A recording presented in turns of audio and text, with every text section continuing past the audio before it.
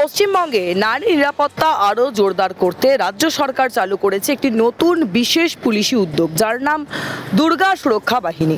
নবান্নের সভাঘর থেকে এই বিশেষ স্কোয়াডের আনুষ্ঠানিক সূচনা করা হয়েছে এবং এই ক্ষেত্রে সরকারের দাবি হলো যে এই বাহিনীর মূল লক্ষ্য হবে রাস্তাঘাটে মহিলাদের নিরাপত্তা নিশ্চিত করা এবং যে কোনো ধরনের হয়রানি বা বিপদের ঘটনায় দ্রুত পুলিশি সহায়তা পৌঁছে দেওয়া। এখানে সবথেকে গুরুত্বপূর্ণ বিষয় যেটা আসলে আপনাদেরকে জানাবো তা হলো যে এই বাহিনীতে প্রশিক্ষণপ্রাপ্ত মহিলা পুলিশ কর্মীর মোটরসাইকেলে করে রাজ্যের বিভিন্ন মহকুমা এবং গুরুত্বপূর্ণ এলাকায় 24 ঘন্টা টহল দেবেন। ইফটিজিং, উত্ত্যক্ত করা, হেনস্থার কিংবা নারীর বিরুদ্ধে কোনো অপরাধের অভিযোগ পেলেই দ্রুত ঘটনাস্থলে পৌঁছে প্রয়োজনীয় ব্যবস্থা নেওয়ার দায়িত্ব থাকবে এই বিশেষ স্কোয়াডের। আর এই ঘটনার রেস্টে নেই আরেকটা ইনফরমেশন আপনাদেরকে জানাবো। আপনারা জানেন যে এদিন এনকাউন্টারের যেই ঘটনা, সেই এনকাউন্টারে মৃত্যু হলো বারুইপুরের নাবালিকার যৌন নির্যাতন খুনে অন্যতম অভিযুক্ত প্রভাস মণ্ডল। এবং এই প্রভাস মণ্ডলকে নিয়ে শোনা যাচ্ছে যে পুনর্নির্মাণ করতে গিয়েছিল পুলিশ। সেক্ষেত্রে এই বারুইপুর থানা, সেখানে অভিযোগ যে এই সময় পুলিশের থেকে আগ্নেয়াস্ত্র ছিনিয়ে নিয়ে পালানোর চেষ্টা করে অভিযুক্ত এবং সূত্রের দাবি যে পুলিশকে লক্ষ্য করে 1 রাউন্ড গুলিও ছোড়েন প্রভাস মণ্ডল। পাল্টা গুলিতে জখম হন অভিযুক্ত। বারুইপুর হাসপাতালে নিয়ে গেলে অভিযুক্ত প্রভাস মণ্ডলকে মৃত ঘোষণা করেন চিকিৎসকেরা। এই ঘটনার রেস্ট নেই, এই ইনফরমেশনটা আপনাদের সঙ্গে শেয়ার করলাম। আর এরপরে আবার একটু ফিরবো, তাহলে যে এই যে দুর্গা বাহিনী এরা কীভাবে কাজ করবে। রাজ্যের প্রতিটি মহকুমা ধাপে ধাপে এই বিশেষ স্কোয়াড মোতায়েন করা হচ্ছে, কারণ কলকাতা পুলিশ এবং রাজ্য পুলিশের ব্যাটালিয়নদের অধীনে এই বাহিনী কাজ করবে। এর উদ্দেশ্য একটাই, যে কোনো নারী বিপদে পড়লে যেন তাকে দ্রুত নিরাপত্তা দেওয়া এবং আইনি সহায়তা দেওয়া যায়। আর এখানেই প্রশ্ন হচ্ছে যে সাধারণ মানুষ কিভাবে এই পরিষেবার সাহায্য পাবেন। সেজন্যই রাজ্যে চালু করা হয়েছে এই 112 জরুরি হেল্পলাইন। এটি এমন একটি জরুরি নম্বর যেখানে কোনো নারী বিপদের সময় ফোন করলে পুলিশ দ্রুত ঘটনাস্থলে পৌঁছানোর চেষ্টা করবে। আর এক্ষেত্রে যে সরকারের দাবি তা হলো যে এই পরিষেবার মাধ্যমে অল্প সময়ের মধ্যেই উদ্ধার ও প্রয়োজনীয় যে সমস্ত পদক্ষেপ তা নেওয়া সম্ভব হবে। তবে বিষয়টা কিন্তু এখানেই শেষ নয়। এই বিশেষ উদ্যোগকে কার্যকর করতে প্রায় 1600 পুলিশ কর্মীকে আধুনিক নিরাপত্তা ব্যবস্থা এবং দ্রুত প্রতিক্রিয়া এবং উদ্ধার অভিযানের বিশেষ প্রশিক্ষণ দেওয়া হয়েছে।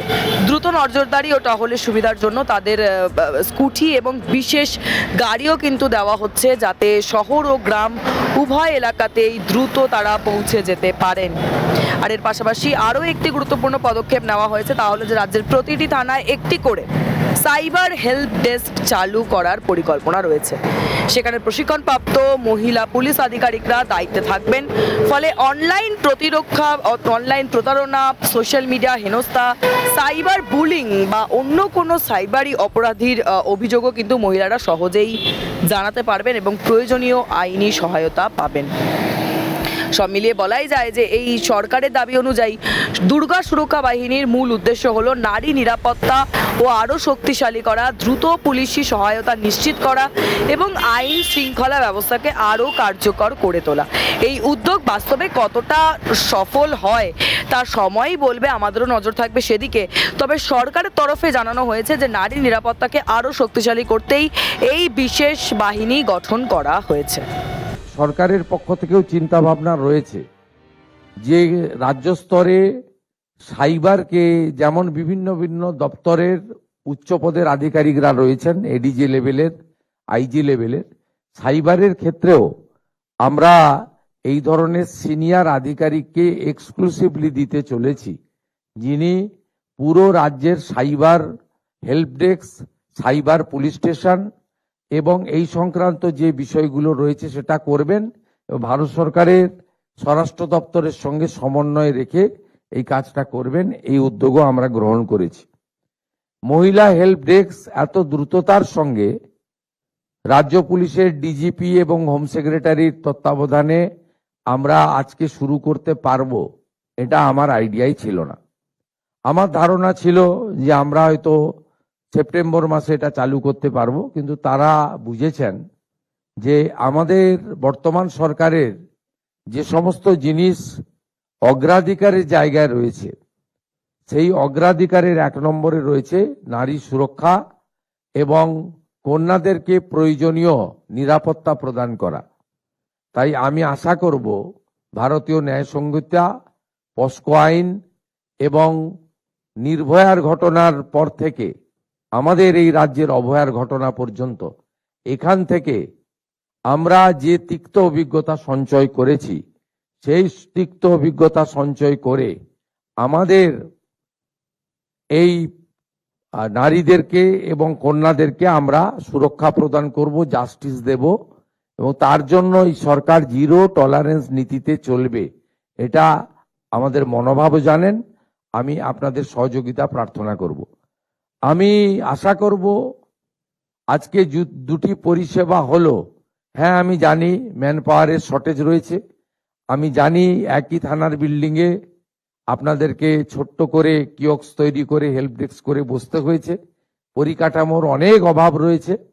এটা আমি স্বীকার করে নিয়েও বলতে পারি যে আপনারা চেষ্টা করবেন এই পরিষেবা সংক্রান্ত কোনো অভিযোগ যেন আপনাদের সরকার আপনাদের পাশে যে আমার অনলাইন সিস্টেম চালু রয়েছে সেখানে যেন আমি অভিযোগ না পাই।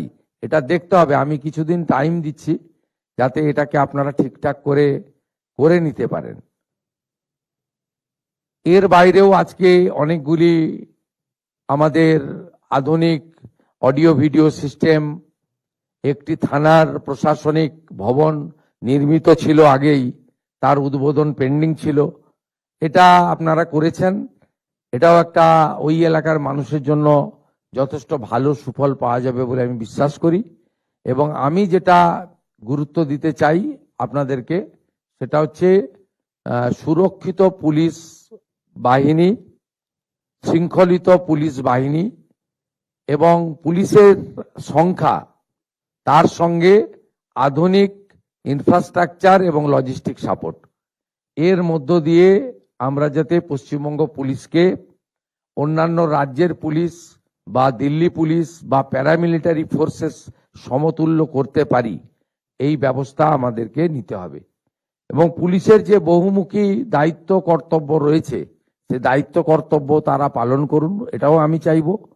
সাথে সাথে ওয়েলফেয়ারের কমিটি আমরা ডিসলভ করলেও পুলিশের বিভিন্ন স্তরের ওয়েলফেয়ারের ক্ষেত্রে যে সমস্ত বিষয় উল্লেখ করা দরকার, আমি নিঃসংকোচে পুলিশ আধিকারিকদের বলবো তারা যেন প্রোটোকল মেনে, হায়ারকি মেনে পাঠান, অথবা সরাসরি তারা যেভাবেই হোক সিওমোর দৃষ্টি আকর্ষণ করেন। আমরা সবসময় মনে করি পুলিশদেরকে সুরক্ষিত রাখা, কাজ করার মুক্ত পরিবেশ তৈরি করে দেওয়া এবং তারা যেভাবে অনুশাসিত, শৃঙ্খলিত একটি সংগঠিত সংগঠন সরকারের, সেই সংগঠনকে মর্যাদা এবং সম্মানের সঙ্গে নিরাপত্তা দিয়ে প্রয়োজনীয় ব্যবস্থা নিয়ে তাদেরকে এগিয়ে নেওয়া দরকার বলে আমি মনে করি।